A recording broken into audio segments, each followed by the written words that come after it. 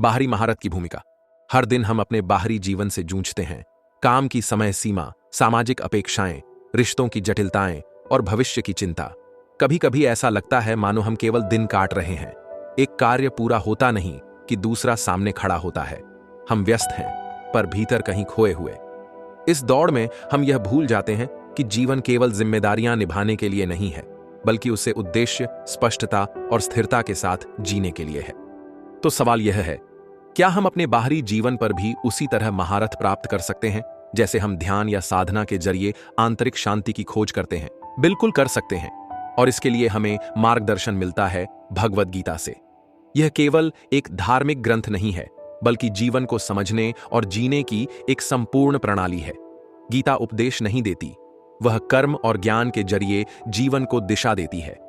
बाहरी महारत का अर्थ है ऐसा जीवन जीना जहां हम स्पष्ट सोच के साथ निर्णय लें, मजबूत मनोबल के साथ चुनौतियों का सामना करें और एक उद्देश्य के साथ हर दिन को आकार दें। यह महारत केवल प्रबंधन या उत्पादकता की तकनीक नहीं है, यह जीवन की एक गहरी साधना है जहां हर छोटा कदम भी आत्मविकास का हिस्सा बन जाता है। आज की इस यात्रा में हम गीता के 4 शक्तिशाली स्तंभों को समझेंगे जो बाहरी महारत की नींव हैं। ये स्तंभ हैं: पहला, उद्देश्यपूर्ण कर्म, जहां हम कर्म पर ध्यान देते हैं, फल पर नहीं। दूसरा, सशक्त आदतें, जो हमारे भीतर अनुशासन और ऊर्जा पैदा करती हैं। तीसरा, लचीला मनोभाव, जो हमें जीवन के उतार चढ़ाव में स्थिर बनाए रखता है। चौथा, आत्म अनुशासन, जो हमारे विचारों, वाणी और कर्म को एक दिशा में रखता है। ये स्तंभ केवल ज्ञान नहीं है, ये अभ्यास है, और ये अभ्यास ही हमारे जीवन की गुणवत्ता को निर्धारित करते हैं।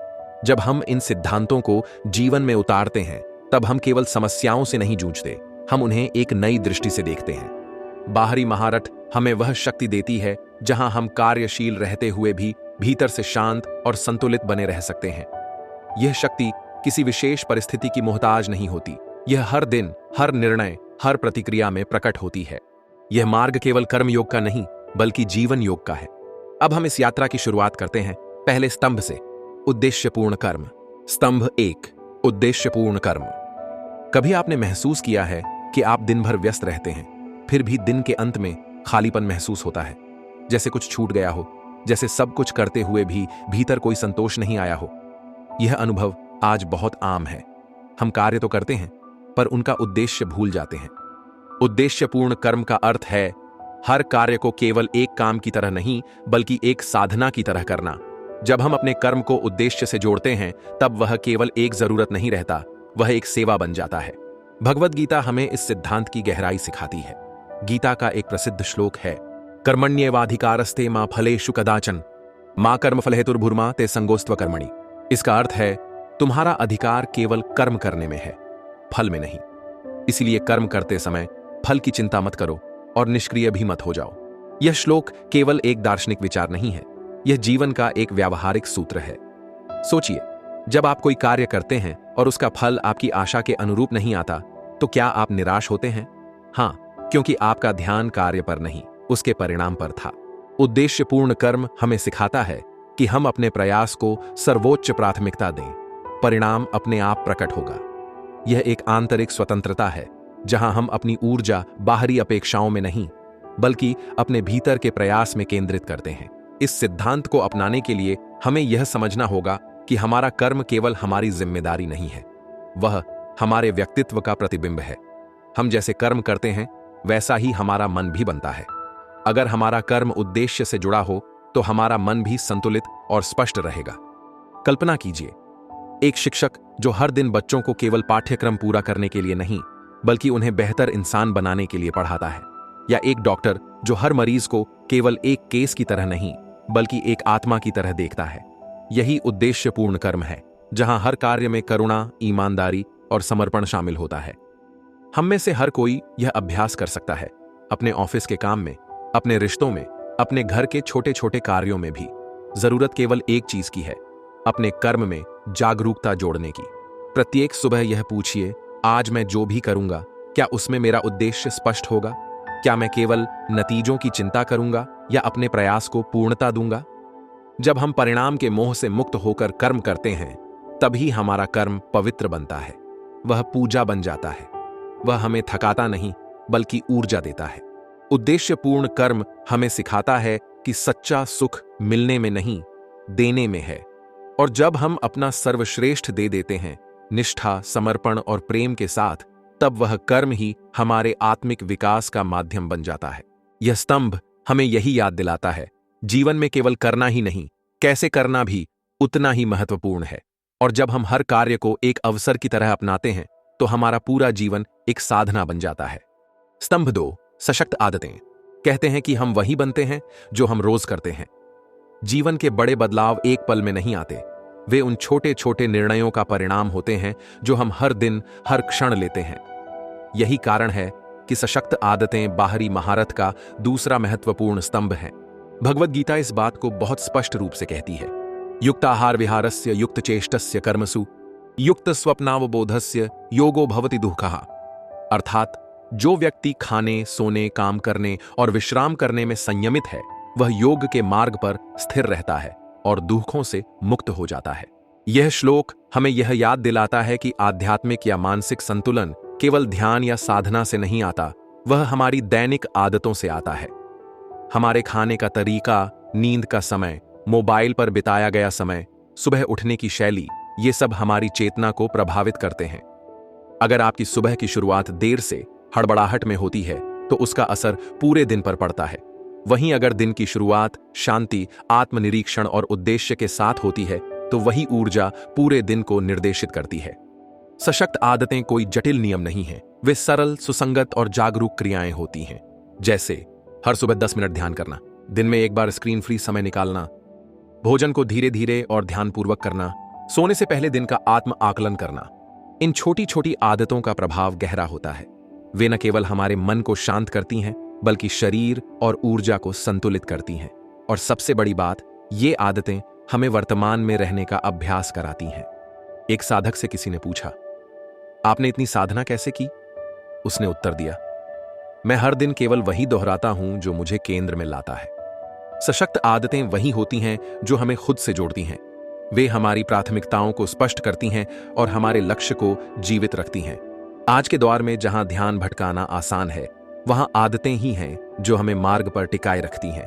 अगर हम हर दिन खुद से थोड़ा जुड़ पाते हैं, तो बाहरी दुनिया की हलचल हमें भीतर से हिला नहीं सकती। इस स्तंभ का सार यही है, अपनी दिनचर्या को इतना मजबूत और सुसंगत बनाना कि वह खुद ही एक मार्गदर्शक बन जाए। तब जीवन एक स्वतः चलने वाली साधना बन जाता है, जहां हर दिन, हर क्षण एक अभ्यास है। तो अगली बार जब आप सुबह उठें, एक छोटा सा अभ्यास जोड़िए जो आपको अपने लक्ष्य की याद दिलाए। वही अभ्यास कुछ समय बाद आदत बनेगा और वही आदत आपका चरित्र और जीवन आकार देगी। सशक्त आदतें आपके बाहरी जीवन का आधार बनती हैं, चुपचाप लेकिन गहराई से। स्तंभ 3, लचीला मनोभाव। जीवन स्थिर नहीं है, वह हर दिन बदलता है। कभी सुख, कभी दुख, कभी सफलता तो कभी असफलता। और इस अनिश्चितता में टिके रहना ही लचीले मनोभाव की पहचान है। हम में से कई लोग ऐसे हैं जो बाहर से मजबूत दिखते हैं, लेकिन अंदर से बहुत जल्दी टूट जाते हैं। कोई आलोचना कर दे, कोई असफलता मिल जाए या कोई योजना काम न करे और हम भीतर से हिल जाते हैं। ऐसा इसलिए होता है क्योंकि हमारा मन परिस्थितियों से बंधा हुआ होता है, स्वयं से नहीं। भगवद गीता में इस विषय पर एक अत्यंत प्रभावशाली श्लोक है, यम हि न व्यथयन्त्येते पुरुषम पुरुषर्षभ समदुख सुखम धीरम सोमृतत्वाय कल्पते। अर्थ है, जो व्यक्ति सुख और दुख में सम रहता है, वही स्थिर चित्त वाला व्यक्ति अमृतत्व यानी आत्मिक स्थिरता के योग्य होता है। लचीला मनोभाव कोई भावनाओं से विमुख होना नहीं है। यह भावनाओं को पूरी तरह महसूस करने, लेकिन उनसे नियंत्रित न होने की शक्ति है। यह वह स्थिति है जहां हम हर अनुभव को सीख की तरह देखते हैं, न कि आघात की तरह। जब कोई हमारी प्रशंसा करता है तो हम उसमें डूब न जाएं, और जब कोई हमारी आलोचना करे तो हम उसमें टूट न जाएं। यह संतुलन ही लचीलापन है। एक कथा है एक साधु की जो नदी किनारे ध्यान करता था। हर दिन मौसम बदलता, कभी धूप, कभी बारिश, लेकिन वह साधु अपनी साधना में स्थिर रहता था। किसी ने पूछा, तुम इन परिस्थितियों से विचलित क्यों नहीं होते? साधु ने कहा, मैं मौसम को नहीं बदल सकता, पर अपने मन को अविचल बना सकता हूं। लचीलापन हमारी प्रतिक्रिया में होता है। क्या हम हर समस्या को अवसर की तरह देख सकते हैं? क्या हम हर असफलता से सीख निकाल सकते हैं? क्या हम अपने मन को इतना प्रशिक्षित कर सकते हैं कि वह परिस्थितियों के अनुसार बहने के बजाय उन्हें स्थिरता से देख सके? इस अभ्यास को अपनाने के लिए भावनाओं को पहचानिए, पर उनसे बहिए नहीं। हर नकारात्मक विचार से पहले एक गहरी सांस लीजिए। खुद को बार बार याद दिलाइए, यह भी बीत जाएगा। और सबसे महत्वपूर्ण, अपनी शांति को अपनी जिम्मेदारी मानिए, किसी और की नहीं। जब हमारा मन भीतर से स्थिर होता है तो बाहर की कोई भी लहर हमें डिगा नहीं सकती। लचीला मनोभाव बाहरी महारत का एक मौन स्तंभ है। वह दिखता नहीं है, पर उसका असर हमारे हर निर्णय, हर संबंध और हर प्रतिक्रिया में दिखाई देता है। तो अगली बार जब जीवन आपको चुनौती दे, तब खुद से पूछिए, क्या मैं प्रतिक्रिया दे रहा हूं या मैं समझदारी से उत्तर दे रहा हूं? यही अंतर तय करता है कि आप परिस्थितियों के गुलाम हैं या उनके पार जाने की क्षमता रखते हैं। स्तंभ 4, आत्म अनुशासन। आपने कभी गौर किया है, कुछ लोग हर परिस्थिति में स्थिर रहते हैं, अपने रास्ते पर टिके रहते हैं, चाहे कितनी भी बाधाएं क्यों ना आए। यह कोई चमत्कार नहीं है, यह आत्म अनुशासन का परिणाम है। आत्म अनुशासन का अर्थ केवल नियमों का पालन करना नहीं है, यह अपने विचार, शब्द और कर्म को एक दिशा में संरेखित करना है। वह दिशा जो हमारे उच्चतम उद्देश्य की ओर जाती है। भगवद गीता आत्म अनुशासन को आत्मोन्नति का मूल मानती है। एक महत्वपूर्ण श्लोक में कहा गया है, उद्धरेदात्मनात्मानं नात्मानं वसादयेत, आत्मैव ह्यात्मनो बंधुरात्मैव रिपुरात्मनः। इसका अर्थ है, मनुष्य को चाहिए कि वह अपने आप को स्वयं उठाए, स्वयं को नीचे न गिराए, क्योंकि वही आत्मा स्वयं की मित्र भी है और शत्रु भी। यह श्लोक हमें याद दिलाता है कि हमारी सबसे बड़ी ताकत और सबसे बड़ी बाधा दोनों हमारे भीतर ही हैं। आत्म अनुशासन उसी ताकत को पहचानने और उसे दिशा देने की कला है। जब आप सुबह समय पर उठते हैं, जबकि आपका मन आराम चाहता है, वह अनुशासन है। जब आप अस्वस्थ भोजन के बजाय पोषक आहार चुनते हैं, वह अनुशासन है। जब आप किसी पर गुस्सा करने के बजाय मौन रहते हैं, वह भी अनुशासन है। और सबसे महत्वपूर्ण, जब आप अकेले होते हुए भी सही काम करते हैं, तब आप सच्चे अनुशासित बनते हैं। एक छात्र से किसी ने पूछा, तुम इतना अनुशासित कैसे हो? उसने कहा, मैं अपने लक्ष्य से प्रेम करता हूं, इसलिए मैं अपनी इच्छाओं पर नियंत्रण रखता हूं। यही आत्म अनुशासन है, जब लक्ष्य इतना स्पष्ट हो कि रास्ते की कठिनाइयां फीकी पड़ जाएं। आत्म अनुशासन सख्ती नहीं है, वह सम्मान है। स्वयं के प्रति सम्मान, अपने समय के प्रति सम्मान और अपने वचनों के प्रति सम्मान।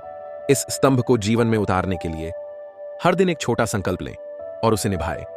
अपने मन को प्रशिक्षित करें, जैसे एक माली पौधे को सीधा करता है। जब मन विचलित हो तो उसे प्यार से वापस लाएं, कठोरता से नहीं। आत्म अनुशासन वह मौन शक्ति है जो आपके उद्देश्य, आपकी आदतें और आपके मनोभाव को बांध कर रखती है। अगर यह ढीला हो जाए तो बाकी सब भी बिखर जाता है, लेकिन जब यह मजबूत होता है तो आप चाहे कितनी भी व्यस्त दुनिया में क्यों ना हो, भीतर से दृढ़ बने रहते हैं। तो अगली बार जब आप किसी निर्णय के सामने खड़े हों, खुद से पूछिए, क्या मैं अपनी सुविधा चुन रहा हूं या अपना उद्देश्य? यह सवाल ही आत्म अनुशासन की शुरुआत है। समापन, बाहरी महारत की पूर्णता। अब तक हमने 4 स्तंभों की यात्रा की है, उद्देश्यपूर्ण कर्म, सशक्त आदतें, लचीला मनोभाव और आत्म अनुशासन। ये चारों केवल व्यक्तिगत गुण नहीं हैं, ये जीवन जीने की एक नई दृष्टि है। जब हम इन स्तंभों को अपने जीवन में उतारते हैं तो हम केवल कार्य नहीं करते, हम अपने कर्म को साधना में बदल देते हैं। बाहरी महारत का अर्थ यह नहीं है कि हम दुनिया को नियंत्रित करें, इसका अर्थ है हम स्वयं को इस प्रकार रूपांतरित करें कि चाहे जो भी परिस्थिति सामने आए, हम अपने मूल में स्थिर रहें। जब हमारे कर्म उद्देश्य से जुड़ते हैं, आदतें आत्मिक ऊर्जा देती हैं, मन संतुलन में रहता है और व्यवहार अनुशासित होता है, तब जीवन भीतर और बाहर दोनों स्तरों पर समरस हो जाता है। भगवद गीता हमें यही सिखाती है। यह संसार कोई बाधा नहीं है, यह साधना की भूमि है। इसमें भागकर नहीं, बल्कि जागरूक होकर रहना ही सच्चा योग है। आप सोच सकते हैं, क्या मैं यह सब कर सकता हूं? उत्तर है हां, एक कदम से।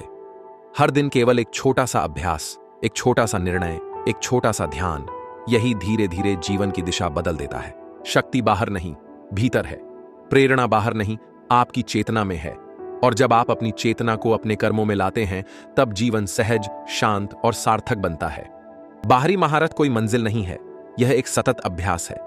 और यही अभ्यास हमें भीतर की यात्रा के लिए तैयार करता है, जहां प्रेम, समर्पण, शांति और आत्मबोध हमारा मार्गदर्शन करते हैं।